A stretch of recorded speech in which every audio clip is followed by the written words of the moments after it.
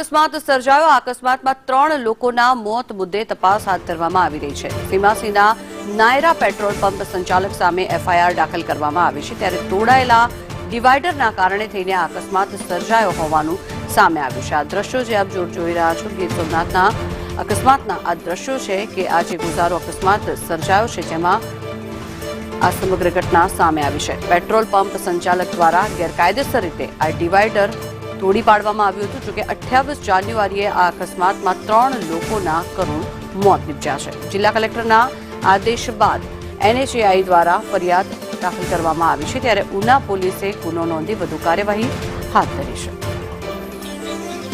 વધુ માહિતી મેળવીએ સંવાદદાતા રાકેશ પરવડા જોડાયા છે આપણી સાથે। રાકેશ, ગેરકાયદેસર રીતે આ ડિવાઈડરને તોડી પાડવામાં આવ્યું હતું, જેના કારણે તેને 3 લોકોએ તેમના જીવ ગુમાવવાના વારા આવ્યા છે। શું વિગત?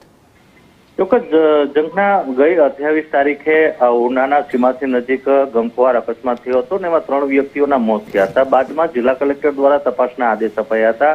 જે તપાસમાં એવું સામે આવ્યું હતું કે જે નેશનલ હાઈવેનું ડિવાઈડર છે, જે પંપ સંચાલક દ્વારા તેમના ફાયદા માટે તોડી પાડવામાં આવ્યું હતું ને એના કારણે આ અકસ્માત સર્જાયો હતો, જેના પગલે જિલ્લા કલેક્ટરે સખત કાર્યવાહીના આદેશ આપ્યા હતા। હાલ એનએચઆઈના અધિકારીઓ દ્વારા પેટ્રોલ પંપ સંચાલક વિરુદ્ધ ગુનો દાખલ કરવામાં આવ્યો છે। પરંતુ બીજું મહત્વની વાત કહી શકાય તો ગીર સોમનાથ જિલ્લામાં જે નેશનલ હાઈવે વેરાવળથી ઉના સુધી છે, ત્યાં અનેક જગ્યાએ આવા સોમનાથ નજીક અનેક હોટલ સંચાલકો દ્વારા અમુક પેટ્રોલ પંપ સંચાલકો દ્વારા આવી રીતે ડિવાઈડરોને તોડી પાડવામાં આવ્યા છે।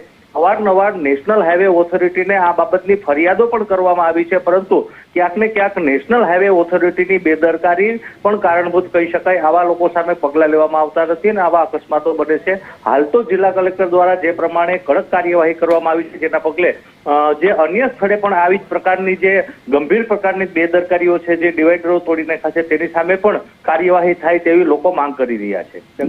આભાર રાકેશ સમગ્ર માહિતી બદલ।